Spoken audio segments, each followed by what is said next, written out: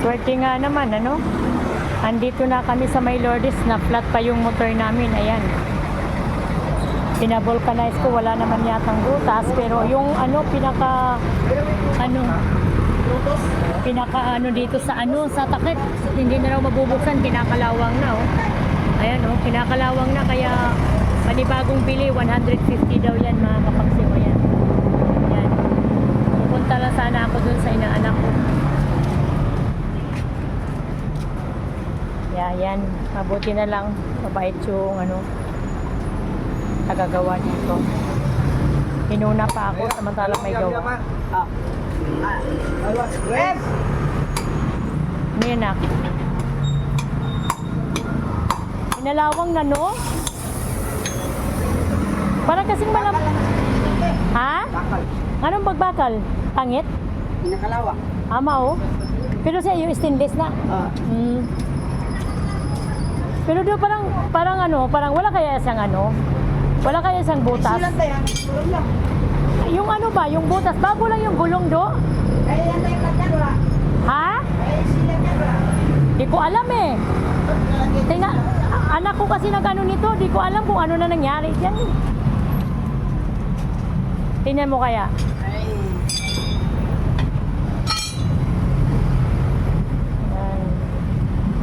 Kasi baka may palayo ako, doon bumigay, naku, paano na maglakad ko? Ipahila ko na lang yan, tapos hindi ko naman kaya yan itulak.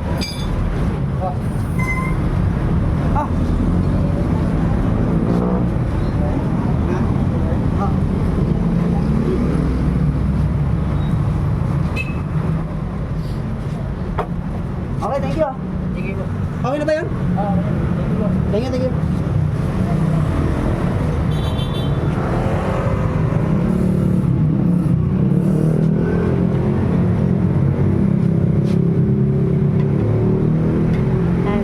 Winayos yung gulong panghuli ko. Hindi ko malaman kung kasi tumutunog ba, baka kulang sa hangin talaga. Yan. Kaya sabi kinalawang na raw yung pinakatakip dahil bakal. Pero mura lang yung bakal do. Bakal? Oo. Previous lang yata sa kulong eh. Libre lang yata yan sa pagbili ng kulong eh.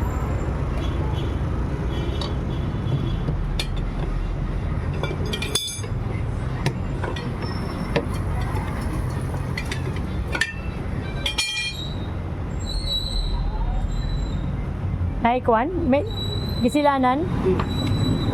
May silang naman pala. Oh. Dapat siya di ba natatanggal yan takip niyan? O bakit di siya natanggal? Nabuang. Bakal eh. Nalawang. Hindi naman siya masyadong yung flat ba, pero parang may nakuha na, dislocate na yung niya. Yung kito, ang tawag nito? Ring? Parang hindi na siya tugma doon sa linya. Parang gumigiwang na ko ba? Sayang ka eh? Oo, butuan. Butuan? Oo. Gadian eh? Saan? Gadian. Pagadian?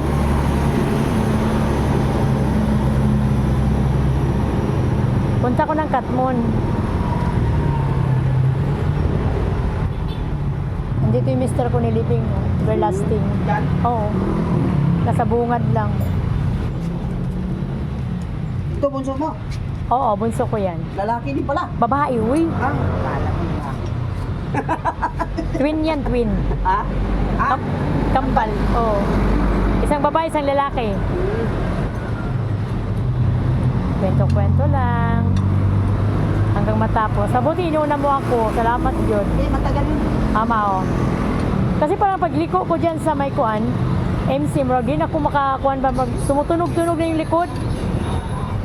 Kailangan magbawas ang timbang yung nasa likod.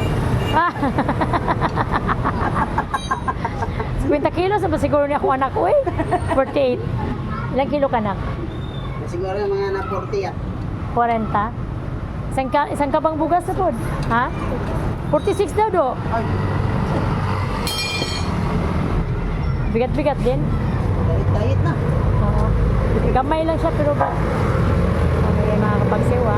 Nag-spend talaga ako ng oras. Ayoko kasing lumakad na mayroon diferensya ang motor kasi baka mamaya doon sa bandang walang mang vulcanizing shop magkaroon ng aberya. Naku, paano na lang?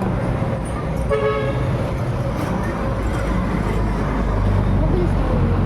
Ko alam.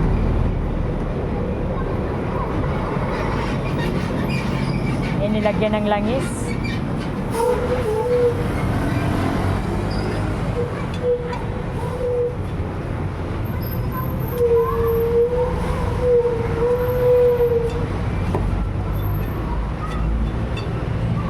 O dyan na doon, tubeless na?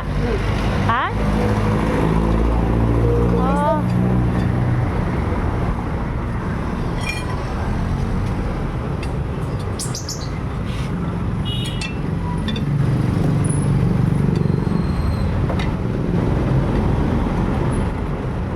Sa may maayo doon, kanang na-interior o kanang tubeless?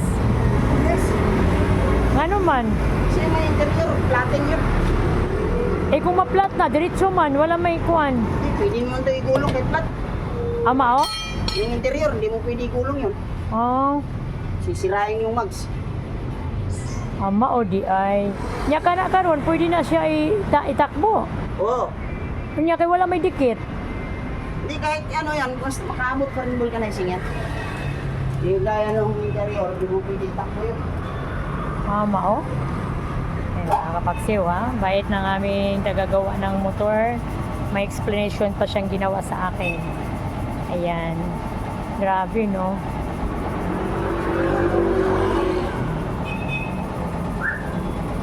Ayan, anak. Lalagyan na siya ng hangin.